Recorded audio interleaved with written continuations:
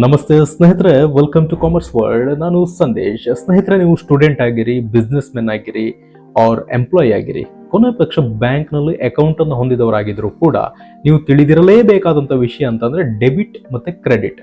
But ನಮ್ಮ ತಲೆಗೆ ಇನ್ನೂ ಹೋಗದೇ ಇರುವಂಥ ವಿಷಯ ಅಂತಂದ್ರೆ ಅದು ಕೂಡ ಡೆಬಿಟ್ ಮತ್ತೆ ಕ್ರೆಡಿಟ್.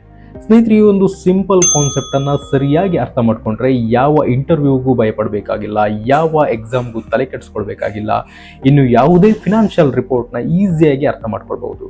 ಸೊ ಗಮನ ಇಟ್ಟು ಈ ವಿಡಿಯೋವನ್ನ ಪೂರ್ತಿಯಾಗಿ ನೋಡಿ.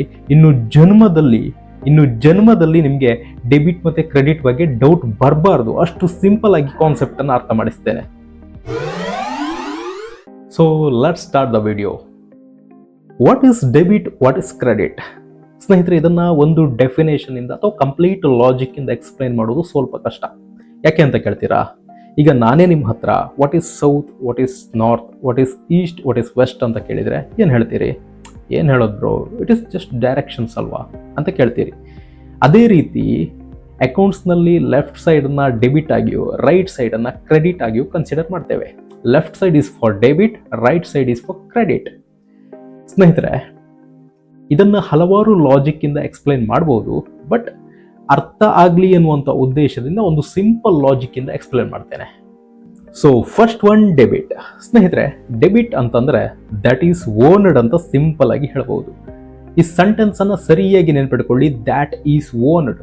ಯಾವುದು ನಿಮ್ಮ ಸ್ವಂತದ್ದು, ಯಾವುದರಲ್ಲಿ ನಿಮಗೆ ಕಂಪ್ಲೀಟ್ ಅಧಿಕಾರ ಇದೆಯೋ, ಯಾವುದು ನಿಮ್ಮದು, that is debit for you. Just for example, ಈಗ ನಿಮ್ಮ ಕೈಲಿರುವಂಥ ಮೊಬೈಲ್, ನೀವು ಅದನ್ನು ಹಣ ಕೊಟ್ಟು ತಗೊಂಡಿರುವಂಥದ್ದಲ್ವಾ, ನಿಮಗೆ ಅದರ ಮೇಲೆ ಕಂಪ್ಲೀಟ್ ಅಧಿಕಾರ ಇದೆ, ಅದು ನಿಮ್ಮ ಸ್ವಂತದ್ದು. So that is debit for you.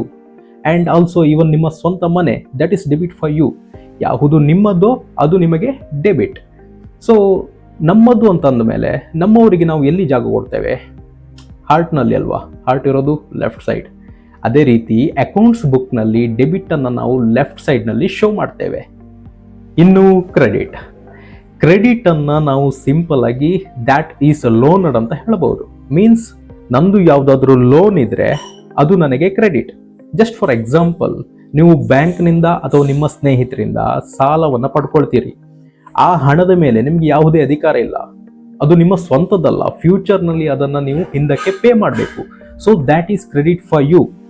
ಯಾವುದು ನಮ್ಮ ಸ್ವಂತದ್ದಲ್ಲವೋ ಅದು ನಮಗೆ ಕ್ರೆಡಿಟ್. ಡೆಬಿಟ್ ಅಂದ್ರೆ ದ್ಯಾಟ್ ಈಸ್ ಓನ್ಡ್. ಅದನ್ನ ಅಕೌಂಟ್ಸ್ ಬುಕ್ ನಲ್ಲಿ ಲೆಫ್ಟ್ ಸೈಡ್ ನಲ್ಲಿ ಶೋ ಮಾಡ್ತೇವೆ. ಕ್ರೆಡಿಟ್ ಅಂದ್ರೆ ದ್ಯಾಟ್ ಈಸ್ ಲೋನ್ಡ್. ಅದನ್ನ ಅಕೌಂಟ್ಸ್ ಬುಕ್ ನಲ್ಲಿ ರೈಟ್ ಸೈಡ್ ನಲ್ಲಿ ಶೋ ಮಾಡ್ತೇವೆ. ಸ್ನೇಹಿತರೆ, ಡೆಬಿಟ್ ಮತ್ತೆ ಕ್ರೆಡಿಟ್ ಸರಿಯಾಗಿ ಅರ್ಥ ಆಗ್ಬೇಕಾದ್ರೆ ಅಕೌಂಟಿಂಗ್ ಕಾನ್ಸೆಪ್ಟ್ಗಳಲ್ಲಿ ಒಂದಾದಂತಹ ಸಪರೇಟ್ ಎಂಟಿಟಿ ಕಾನ್ಸೆಪ್ಟ್ ಅನ್ನು ಸರಿಯಾಗಿ ಅರ್ಥ ಮಾಡ್ಕೊಳ್ಬೇಕು. ಅಕೌಂಟಿಂಗ್ ಕಾನ್ಸೆಪ್ಟ್ಗಳ ಬಗ್ಗೆ ಈಗಾಗಲೇ ಒಂದು ವಿಡಿಯೋನ ಮಾಡಿದ್ದೇನೆ, ಲಿಂಕ್ ಅನ್ನ ಡಿಸ್ಕ್ರಿಪ್ಷನ್ ಅಲ್ಲಿ ಹಾಕ್ತೇನೆ, ಇಂಟ್ರೆಸ್ಟ್ ಇದ್ದವರು ಹೋಗಿ ನೋಡಬಹುದು. ಈಗ ಸಪರೇಟ್ ಎಂಟಿಟಿ ಕಾನ್ಸೆಪ್ಟ್ ಅನ್ನು ಶಾರ್ಟ್ ಆಗಿ ಎಕ್ಸ್ಪ್ಲೇನ್ ಮಾಡ್ತೇನೆ.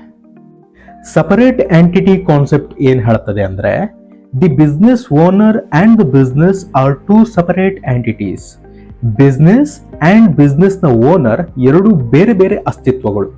ಬಿಸ್ನೆಸ್ಗೆ ತನ್ನದೇ ಆದ ಹೆಸರು ಇರ್ತದೆ, ತನ್ನದೇ ಆದ ಐಡೆಂಟಿಟಿ ಇರ್ತದೆ, ತನ್ನದೇ ಆದ ಅಕೌಂಟ್ ಇರ್ತದೆ. ಓನರ್ನ ಪರ್ಸನಲ್ ಟ್ರಾನ್ಸಾಕ್ಷನ್ಸ್ ಗಳನ್ನ ಬಿಸ್ನೆಸ್ ಟ್ರಾನ್ಸಾಕ್ಷನ್ಸ್ ಅಂತ ಕನ್ಸಿಡರ್ ಮಾಡ್ಲಿಕ್ಕೆ ಆಗೋದಿಲ್ಲ. ಹಾಗಾದ್ರೆ ಬಿಸ್ನೆಸ್ ಟ್ರಾನ್ಸಾಕ್ಷನ್ಸ್ ಗಳನ್ನ ಬಿಸ್ನೆಸ್ ಪಾಯಿಂಟ್ ಆಫ್ ವ್ಯೂ ಇಂದನೇ ರೆಕಾರ್ಡ್ ಮಾಡಬೇಕು, ಓನರ್ನ ಪಾಯಿಂಟ್ ಆಫ್ ವ್ಯೂ ಇಂದ ಅಲ್ಲ. For example, Reliance industry bank ನಿಂದ ಲೋನ್ ತಗೊಂಡ್ರೆ ಅದು ರಿಲಯನ್ಸ್ ಇಂಡಸ್ಟ್ರಿಯ ಲೋನ್, ಮುಖೇಶ್ ಅಂಬಾನಿಯ ಲೋನ್ ಅಲ್ಲ. ಬಿಸ್ನೆಸ್ ನ ಅಸೆಟ್ಸ್ ಲಯಬಿಲಿಟೀಸ್ ಏನೇ ಇದ್ರು ಅದು ಬಿಸ್ನೆಸ್ ನ ಓನರ್ನದ್ದು ಅಲ್ಲ. ಸ್ನೇಹಿತರೆ, ಡೆಬಿಟ್ ಮತ್ತೆ ಕ್ರೆಡಿಟ್ ವಿಷಯವೇ ಅಲ್ಲ. ವಿಷಯ ಇರುವಂತದ್ದು ಟೈಪ್ಸ್ ಆಫ್ ಅಕೌಂಟ್ಸ್ ನಲ್ಲಿ. ಇದು ಕೇವಲ 5. ಈ 5ರಲ್ಲೇ ಎಲ್ಲವೂ ಬರ್ತದೆ. ಸೊ ಇದು ನಿಮಗೆ ಸರಿಯಾಗಿ ಅರ್ಥ ಆದ್ರೆ ನಿಮಗೆ ಅಕೌಂಟ್ಸ್ ಮೇಲೆ ಕ್ರಶ್ ಆಗಿ ಬಿಡ್ತದೆ. ಸೊ ಹಾಗಾದ್ರೆ ಆ 5 ಟೈಪ್ಸ್ ಆಫ್ ಅಕೌಂಟ್ಸ್ ಯಾವುದು? Assets, liabilities, capital, income and expense. So ಅದಕ್ಕೂ ಮುಂಚೆ ಸಪರೇಟ್ ಎಂಟಿಟಿ ಕಾನ್ಸೆಪ್ಟ್ ಅನ್ನ ಸರಿಯಾಗಿ ನೆನಪಿಟ್ಕೊಳ್ಳಿ and business point of view ಇಂದ ಥಿಂಕ್ ಮಾಡಿ. So first one, assets.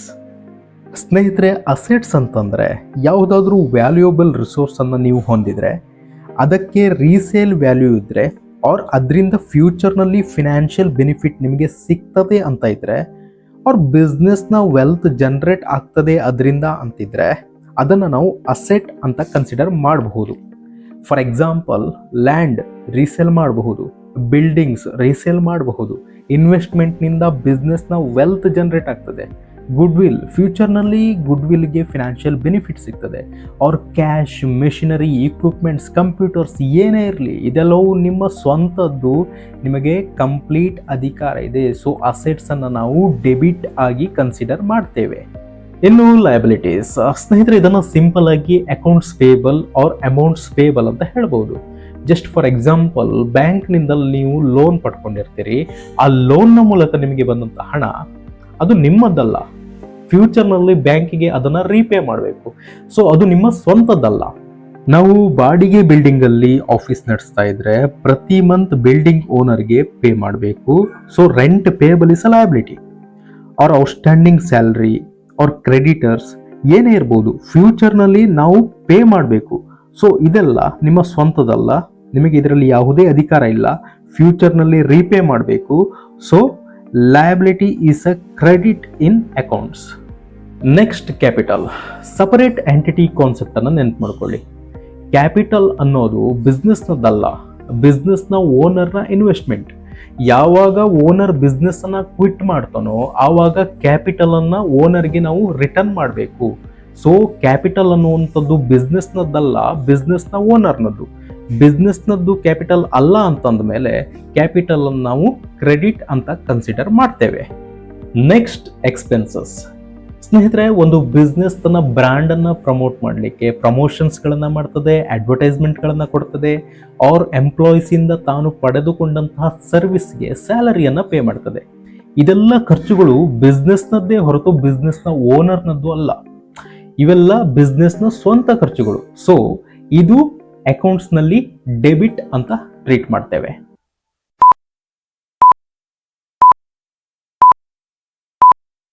ಸ್ನೇಹಿತರೆ, ನೆಕ್ಸ್ಟ್ ಇನ್ಕಮ್ಸ್ ಅನ್ನ ಅಕೌಂಟ್ಸ್ ನಲ್ಲಿ ಕ್ರೆಡಿಟ್ ಆಗಿ ಟ್ರೀಟ್ ಮಾಡ್ತೇವೆ. ಯಾಕಂತಂದ್ರೆ ಬಿಸ್ನೆಸ್ ನ ಓನರ್ಗಳು ಕ್ಯಾಪಿಟಲ್ ನ ಬಿಸ್ನೆಸ್ ನಲ್ಲಿ ಇನ್ವೆಸ್ಟ್ ಮಾಡ್ತಾರೆ. ಯಾಕೆ ಮಾಡ್ತಾರೆ? ಸುಮ್ಮನೆ ಮಾಡ್ತಾರಾ? ಬಿಸ್ನೆಸ್ ನಿಂದ ಪ್ರಾಫಿಟ್ ಮಾಡಲಿಕ್ಕೆ.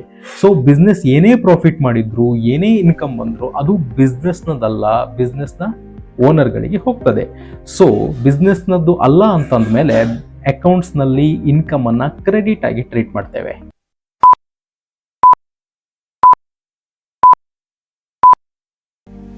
ಸ್ನೇಹಿತರೆ, ಈಗ ನಾವು ಡೆಬಿಟ್ ಅಂದ್ರೆ ಏನು, ಕ್ರೆಡಿಟ್ ಅಂದ್ರೆ ಏನು, ಅಸೆಟ್ಸ್ ಮತ್ತೆ ಎಕ್ಸ್ಪೆನ್ಸ್ ಅನ್ನ ಯಾಕೆ ಡೆಬಿಟ್ ಮಾಡ್ತೇವೆ, ಕ್ಯಾಪಿಟಲ್, ಲಯಬಿಲಿಟೀಸ್, ಇನ್ಕಮ್ ಅನ್ನ ಯಾಕೆ ಕ್ರೆಡಿಟ್ ಮಾಡ್ತೇವೆ ಅಂತ ತಿಳ್ಕೊಂಡ್ವಿ. ಇನ್ನು ಸರಿಯಾಗಿ ನೆನ್ಪಿಟ್ಕೊಳ್ಳಿ, ಅಕೌಂಟ್ಸ್ ನಲ್ಲಿ ಅಸೆಟ್ಸ್ ಮತ್ತೆ ಎಕ್ಸ್ಪೆನ್ಸಸ್ ಡೆಬಿಟ್, ಇನ್ಕ್ರೀಸ್ ಆದ್ರೆ ಡೆಬಿಟ್, ಡಿಕ್ರೀಸ್ ಆದ್ರೆ credit. Capital, liabilities, income credit, increase ಆದ್ರೆ ಕ್ರೆಡಿಟ್, ಡಿಕ್ರೀಸ್ ಆದ್ರೆ ಡೆಬಿಟ್. ಸ್ನೇಹಿತರೆ, ಇದಿಷ್ಟು ಡೆಬಿಟ್ ಮತ್ತೆ ಕ್ರೆಡಿಟ್ ಬಗ್ಗೆ. ಕನ್ಫ್ಯೂಸ್ ಆಯ್ತಾ? ನಮ್ಮ ಬ್ಯಾಂಕ್ ಅಕೌಂಟ್ಗೆ ಅಮೌಂಟ್ ಬಂದ್ರೆ ಬ್ಯಾಂಕ್ನವರು ಕ್ರೆಡಿಟೆಡ್ ಅಂತ ಮೆಸೇಜ್ ಕಳಿಸ್ತಾರೆ. ಬಟ್ ನಾನು ಹೇಳಿದ ಲಾಜಿಕ್ ಪ್ರಕಾರ ನೋಡ್ಲಿಕ್ಕೆ ಹೋದ್ರೆ ಡೆಬಿಟೆಡ್ ಅಂತ ಆಗ್ಬೇಕಲ್ಲ. ಬಿಕಾಸ್ ನಮ್ಮ ಅಸೆಟ್ ಜಾಸ್ತಿ ಆಗ್ತಾ ಉಂಟು, ಕ್ಯಾಶ್ ಇನ್ಕ್ರೀಸ್ ಆಗ್ತಾ ಇದ್ರೆ ಅದು ಡೆಬಿಟ್ ಆಗ್ಬೇಕಲ್ವಾ ಅಂತ ಯೋಚನೆ ಮಾಡ್ತಾ ಇದ್ದೀರಾ? ಸ್ನೇಹಿತರೆ, ಬ್ಯಾಂಕ್ನವರು ಬ್ಯಾಂಕ್ನ ಪಾಯಿಂಟ್ ಆಫ್ ವ್ಯೂ ಇಂದ ಸ್ಟೇಟ್ಮೆಂಟ್ ಅನ್ನ ಪ್ರಿಪೇರ್ ಮಾಡ್ತಾರೆ. ಜಸ್ಟ್ ಫಾರ್ ಎಕ್ಸಾಂಪಲ್, ನೀವು ನಿಮ್ಮ ಬ್ಯಾಂಕ್ ಅಕೌಂಟ್ಗೆ ಅಮೌಂಟ್ ಅನ್ನ ಡೆಪಾಸಿಟ್ ಮಾಡಿದ್ರೆ ಅದು ಬ್ಯಾಂಕ್ನ ಪಾಯಿಂಟ್ ಆಫ್ ವ್ಯೂ ಇಂದ ಬ್ಯಾಂಕ್ನವರಿಗೆ ಅದು ಲಯಬಿಲಿಟಿ. ಬಿಕಾಸ್ ನೀವು ಯಾವಾಗ ಹಿಂದಕ್ಕೆ ಬಯಸ್ತೀರೋ ಆವಾಗ ಬ್ಯಾಂಕ್ನವರು ಅದನ್ನು ಹಿಂದಕ್ಕೆ ಪೇ ಮಾಡಬೇಕು. ಸೊ ಅದು ಅವರಿಗೆ ಲಯಬಿಲಿಟಿ. ಅದು ಲಯಬಿಲಿಟಿ ಆದ ಕಾರಣ ಅವರು ನಮಗೆ ಕ್ರೆಡಿಟೆಡ್ ಅಂತ ಮೆಸೇಜ್ ಕಳಿಸ್ತಾರೆ. ನಮ್ಮ ಅಕೌಂಟ್ನಲ್ಲಿ ಅಮೌಂಟ್ ಡಿಡಕ್ಟ್ ಆದರೆ ಡೆಬಿಟೆಡ್ ಅಂತ ಕಳಿಸ್ತಾರೆ. ಸೊ ಇದು ನಿಮಗೆ ಕ್ಲಾರಿಫೈ ಆಗಿದೆ ಅಂತ ಭಾವಿಸ್ತೇನೆ. ಸ್ನೇಹಿತರೆ, ಈ ಕಾನ್ಸೆಪ್ಟ್ ಇನ್ನೂ ಯಾರಿಗಾದರೂ ಅರ್ಥ ಆಗದೇ ಇದ್ರೆ ದಯವಿಟ್ಟು ಕಮೆಂಟ್ ಮಾಡಿ. ನೆಕ್ಸ್ಟ್ ವಿಡಿಯೋದಲ್ಲಿ ಇದಕ್ಕಿಂತ ಸಿಂಪಲ್ ಆಗಿರೋ ಲಾಜಿಕ್ ಇಂದ ಇದನ್ನ ಎಕ್ಸ್ಪ್ಲೈನ್ ಮಾಡ್ತೇನೆ. ಸೊ ನೀವು ಮಾಡಬೇಕಾಗಿರೋದಿಷ್ಟೇ, ದಯವಿಟ್ಟು ಸಬ್ಸ್ಕ್ರೈಬ್ ಆಗಿಲ್ಲ ಅಂದರೆ ಸಬ್ಸ್ಕ್ರೈಬ್ ಮಾಡಿ, ಲೈಕ್ ಮಾಡಿ, ಶೇರ್ ಮಾಡಿ, ಜೊತೆಗೆ ದಯವಿಟ್ಟು ಸಪೋರ್ಟ್ ಮಾಡಿ ಅಂತ ಹೇಳ್ತಾ ವಿಡಿಯೋನ ಮುಗಿಸ್ತಾ ಇದ್ದೇನೆ. ಬಾಯ್.